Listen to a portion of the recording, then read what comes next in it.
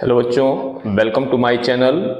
आज हम जानकारी देंगे 10वीं के बाद क्या करें। देखिए, बच्चे जब 10 पास कर जाते हैं तो उनके मन में ये पहला प्रश्न होता है कि हम 10th के बाद क्या करें और कैसे करें। ठीक है, तो आज का पूरा टॉपिक जो है इसी पर रहेगा और पूरी जानकारी हम इसी पर देंगे। ठीक है, तो देखिए आपके सामने ये 3 कोर्सेस होते हैं 10th के बाद।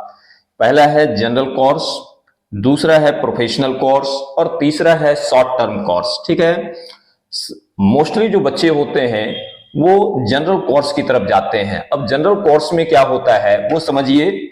तो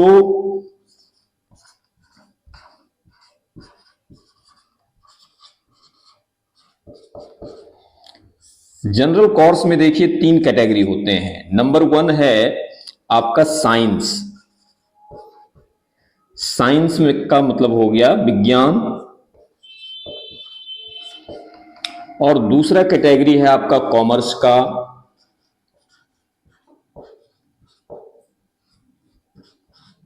यानी वाणिज्य। तीसरा कैटेगरी है आपका आर्ट्स का, यानी कला। ठीक है, अब देखिए कि जिनको इंजीनियर बनना है, जिनको डॉक्टर बनना है वो साइंस लेते हैं। जिनको बैंकिंग करना है, लेन देन का हिसाब किताब रखना है, जिनको सीए बनना है, चार्टर्ड अकाउंट बनना है, वो जो है कॉमर्स लेते हैं, वाणिज्य की तरफ जाते हैं। और जिनको यूपीएससी क्लियर करना है, जिनको बीपीएससी करना है, वो आर्ट्स लेते हैं, यानी कला लेते हैं। अब देखिए कि साइंस में भी 2 कैटेगरी हो जाता है। साइंस में भी आपका 2 कैटेगरी हो जाता है। पहला है आपका पीसीएम और दूसरा है आपका पीसीबी। इसका मतलब क्या हुआ कि फिजिक्स, केमिस्ट्री और मैथ हो गया, और ये हो गया आपका फिजिक्स, केमिस्ट्री और बायोलॉजी। यानी जिनकी अभिरुचि मैथ में है, जिनको मैथ अच्छा लगता है पढ़ने में, जिनका इंटरेस्ट है मैथ में, वो फिजिक्स, केमिस्ट्री, मैथ लेते हैं। और जिनको बायोलॉजी में इंटरेस्ट है वो फिजिक्स, केमिस्ट्री और बायोलॉजी लेते हैं। ठीक है, या फिर जिनको डॉक्टर बनना है तो वो बायोलॉजी लेते हैं, जिनको इंजीनियर बनना है, जिनको डिफेंस में जाना है, वो मैथ लेके करते हैं। ठीक है, अब देखिए कि जो कॉमर्स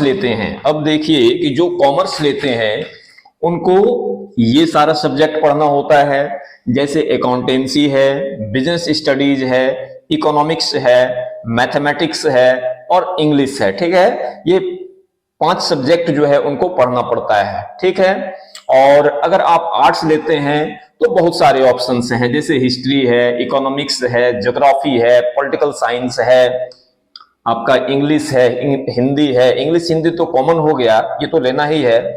और अगर आपको अभिरुचि है आर्ट्स में, यानी कहने का मतलब आपको यूपीएससी क्लियर करना है, बीपीएससी की तरफ जाना है, तो आप आर्ट्स लेते हैं। और हालांकि जो है आप साइंस लेके भी जो है यूपीएससी और बीपीएससी कर सकते हैं। ठीक है, इसमें कोई दिक्कत नहीं है, और आर्ट्स लेके भी किया जा सकता है। कॉमर्स में ये सारे सब्जेक्ट हो गए हैं। ठीक है, अब देखते हैं आगे दूसरा कोर्स के बारे में।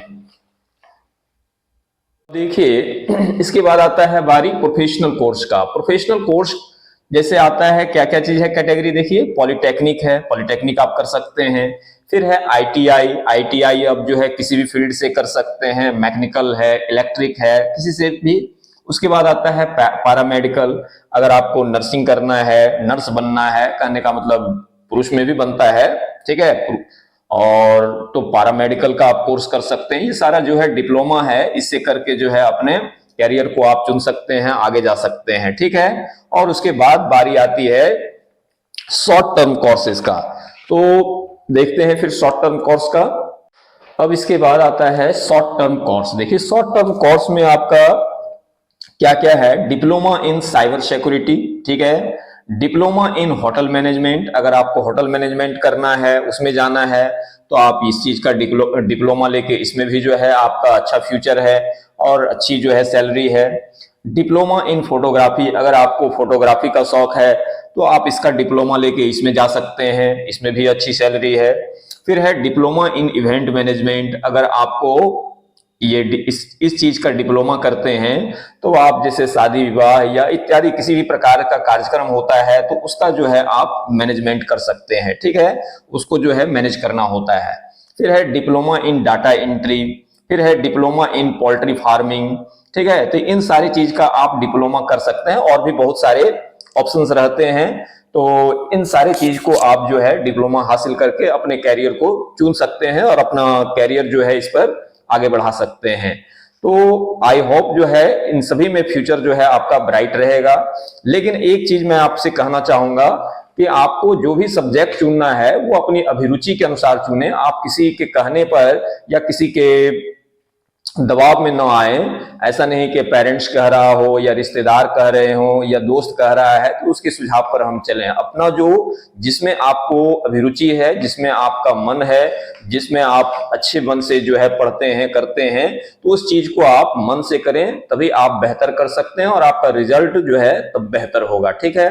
तो थैंक यू। आई होप आपको सारी जानकारी मैंने दिया और आपको समझ में भी आया होगा।